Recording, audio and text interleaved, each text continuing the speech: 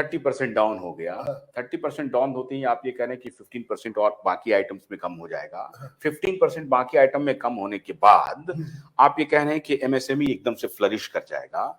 MSME flourish कर जाएगा, traders flourish कर जाएंगे तो जाहिर है एम्प्लॉयमेंट बढ़ेगा, एम्प्लॉयमेंट बढ़ेगा, इनकम बढ़ेगा, इनकम बढ़ेगा तो डिमांड बढ़ेगा, डिमांड बढ़ेगा तो फिर सप्लाई साइड हो जाएगा। ये बढ़ने का कार्यकाल कितना हो सकता है, कितने साल में हो सकता है? 2 साल में, विद इन दिस ईयर, आज ही से आप फर्स्ट क्वार्टर में हो सकता है, फर्स्ट क्वार्टर में 3 महीने में हो जाएगा। हाँ, 20,000 रुपया से लेके 2,000 रुपए से लेके 20,000 रुपए हर परिवार के हाथ में एक्स्ट्रा आएगा। जो लोग गाड़ियां चला रहे हैं उनके 20,000 रुपए, 2,000 रुपए से 20,000 रुपए हाथ में आएगा तो डिमांड बढ़ जाएगा। तो जो 20,000 रुपए आएगा तो उससे और प्रोडक्ट खरीदेंगे, लिविंग स्टैंडर्ड बढ़ेगा, लिविंग स्टैंडर्ड बढ़ेगा तो खुशहाली भी आएगी और उससे बिजनेस में, क्योंकि मनी का मल्टीप्लायर इफेक्ट होता है। तो इकोनॉमिक ग्रोथ ऑफ इंजन जो है, उसका जो इंजन है वो यही है। अभी तक क्या है, गवर्नमेंट समझ नहीं पाई है कि जो राजा होता है इंजन ऑफ ग्रोथ, सॉरी, दिल खोल के करना पड़ता है। अभी तक वो सप्लाई साइड पे लगी हुई है कि मैं और पोर्ट बना लूं और रोड बना लूं, लेकिन जब तक डिमांड नहीं बढ़ेगी, इकोनॉमिक्स का नियम है, लेकिन जब तक डिमांड नहीं बढ़ेगी, इकोनॉमिक्स का नियम है, डिमांड जब बढ़ेगी तभी आपका प्रोडक्टिव साइकिल्स बढ़ सकती है। ईयर या 2 फाइनेंशियल ईयर का प्लान नहीं करती है। आपने जो कहा कि सप्लाई साइड पे गवर्नमेंट फोकस कर रही है, अगर इंफ्रास्ट्रक्चरल प्रोजेक्ट पे गवर्नमेंट फोकस नहीं करेगी तो अगले 50 साल में, अगले 100 साल में जो डिमांड रेज होना है या उसको बढ़ाना है, उसकी प्लानिंग नहीं हो पाएगी, क्योंकि आप इंफ्रास्ट्रक्चरल ग्रोथ को तो लिमिट नहीं कर सकते हैं। इंफ्रास्ट्रक्चर पे हमने कौन से जो इंफ्रास्ट्रक्चर की आज कर रहे हैं, वहां से कोई फंड थोड़ी ले लिया। जो इंफ्रास्ट्रक्चर का जो आप कर रहे हैं, वो तो आप कर ही रहे हैं। सुनते जाइए, मैंने ये सवाल इसीलिए पूछा था क्योंकि हमारे दर्शक और बहुत सारे जो सरकार के भक्त भी होते हैं, वो सवाल कहेंगे, साहब क्या बात करते हैं, पोर्ट नहीं बनाएगा, बुलेट ट्रेन नहीं लाएगा, अगर एयरपोर्ट नहीं बनाएगा तो कैसे काम चलेगा, इंफ्रास्ट्रक्चर में तो पैसा लगाना पड़ता है। उनकी समझदारी के लिए ध्रुव साहब ने कहा कि साहब आपसे एक पैसा नहीं ले रहे हैं, आप जो पोर्ट बना रहे हैं बनाओ, आप जो रेलवे का एक्सपेंशन कर रहे हो करो, बुलेट ट्रेन लगाना है लगाओ, उससे तो हम ले ही नहीं रहे हैं। ये हम किससे ले रहे हैं? ये तो जो एक्स्ट्रा हमारे पे जेब खर्च आ गया, एक्स्ट्रा जीएसटी वो ले रहे हैं, और उसके बनने से इंफ्रास्ट्रक्चर में भी और फायदा होगा। टोल लेकिन एक सवाल वो फिर उठा सकते हैं, बहुत सारे जो दर्शक हैं वो एक सवाल, क्योंकि वो कई बार बहुत ज्यादा भक्त हो जाते हैं। मेरे भक्त से कोई बुराई नहीं है, मैं ये कह रहा हूँ, देखो कोई मेरी सरकार से कोई दुश्मनी नहीं है, मैं आपके सारे सवाल पूछ रहा हूँ। अब वो कहेंगे कि साहब यही पैसा सरकार के पास, ये तो सरकारी पैसा है ना, यही पैसा उसको उधर देना पड़ता है। अरे ये जो हम आपको यहाँ बता रहे हैं, यही सजेशन हमने निर्मला फाइनेंस मिनिस्टर को दिए हैं।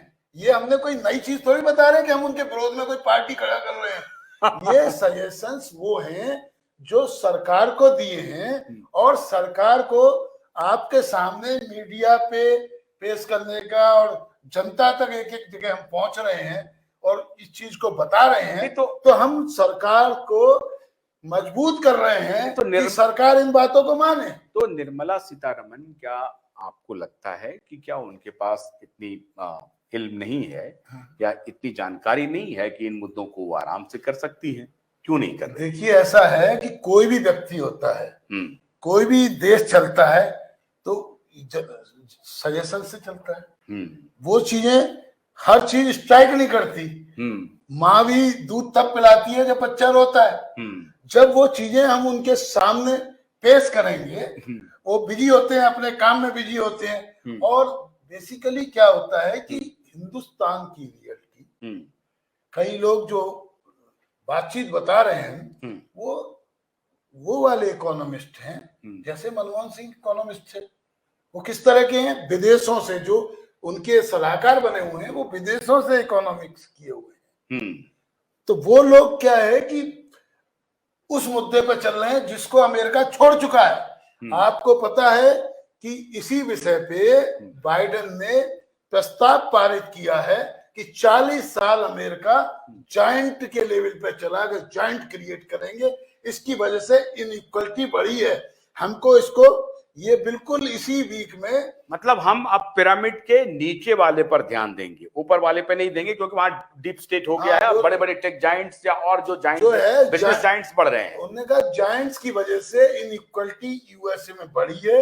जो बात आपने बताई कि 5 कंपनियां होल्ड कर रही हैं वर्ल्ड के अंदर, तो उस जायंट को के लिए आप ये कह रहे हैं कि इनके लिए काम करेंगे, ये जो पिरामिड के निचले वाले लोग हैं इनके लिए काम करेंगे, और ऊपर के जो लोग हैं वो और धीरे धीरे डिस्पैरिटी को आगे बढ़ा रहा है ये। तो अब इंडिया क्या है यहाँ पर, ये जो आपने पिरामिड बताया, इस पिरामिड की जो है रिग्स की एक थ्योरी थी। रिग्स थ्योरी ने कहा था थर्ड वर्ल्ड कंट्री के अंदर ये जो ऊपर वाले होते हैं उनको सब सुविधाएं होती हैं, और जो जिस पिरामिड के उसमें पैदा होता है उसी पिरामिड में वो रह जाता है, मर जाता है, ज्यादा से ज्यादा यहाँ से लेके यहाँ तक पहुंच जाएगा, इस पॉइंट से इस पॉइंट तक पहुंच जाएगा, लेकिन रहेगा इसी खेमे, इसी खांचे में रहेगा। ये फ्रेडरिक रिग्स की थ्योरी थी थर्ड वर्ल्ड कंट्री। ठीक है, अब हम अपने मूल सवाल पे अब हम जो मूल सवाल पे जो हम आ रहे हैं कि आज इंडिया में जो इकोनॉमिस्ट कह रहे हैं वो कह रहे हैं कि आपको परफेक्शन पे जाना है, आपको एक्सीलेंस पे जाना है। एक्सीलेंस होगी दिगर मशीनों से, एक्सीलेंस होगी आर्टिफिशियल इंटेलिजेंस से, और आपकी एक्सीलेंस होगी रोबोटिक्स से, तो बड़े बड़े एंटरप्राइजेस से। तो जिस जायंट पे इंडिया चल रहा है वो जायंट पे इसी वीक में अमेरिका वापस लौट रहा है। Nothing is permanent except change. जैसे रसिया में था पहले, बड़े बड़े एंटरप्राइजेस थे और वर्ल्ड का कैपिटलिस्ट कंट्री था, तो वहां आंदोलन हुआ, आंदोलन हुआ, लोगों ने वो जो है बड़े बड़े कैपिटलिस्ट को पे आक्रमण किया, और उसके बाद में धीमे धीमे सोशलिज्म आया, उसके बाद धीमे धीमे वो जो कम्युनिस्ट कंट्री है वो भी कैपिटलिस्ट हो रहे हैं। तो यह जो इस कंट्री के अंदर जो समस्या है, सवाल पे आते हैं कि अगर अपन ने 30% कम कर दिया तो लोगों का डिमांड बढ़ जाएगा, इनकम बढ़ जाएगा, और एक बार फिर से इकोनॉमी 11% के रेट से आगे बढ़ सकती है। और दूसरा सवाल था आपका, दूसरी चीज बता रहा हूं, और उससे टैक्स रेवेन्यू जो अभी 80,000 बढ़ रहा है वो उतना ही बढ़ेगा। ये एक स्टडी है कि आप जनता के हाथ में जितना पैसा पहुंचाते हो वो इतना रिवॉल्व होता है, उससे ज्यादा टैक्स। अब आप एक सवाल मैं आपसे पूछ रहा हूँ टैक्स के बारे में, चूंकि टैक्स तो हमने इसमें 3 चीजें आपको बताई थी। एक तो रिडक्शन, यानी माइनस पेट्रोल की में। दूसरी हमने बताया था कि जो 12 लाख रुपीज तक का जो मिडिल क्लास है ये है 3 करोड़ 60 लाख। कितना? ये एनुअल इनकम वाले 12 लाख यानी 1 लाख, इनको बिल्कुल आपको टैक्स फ्री कर दीजिए। इससे जो मिडिल क्लास के हाथ में इनकम जो आएगी, इसकी वजह से यदि आपके इन्वेंशंस हुए, नई लग्जरियस टीवी बनी, बड़ा बड़े टीवी बने, लेकिन पैसा ही नहीं है लोगों पे खरीदने का, तो उस इन्वेंशन का फायदा क्या? और ये बड़े होने से भी टोटल इन 12 लाख लोगों से जो टैक्स रेवेन्यू आता है, वो टैक्स रेवेन्यू आपका 2 लाख रुपए, 2 लाख करोड़ रुपया आता है। तो आपको 15 लाख करोड़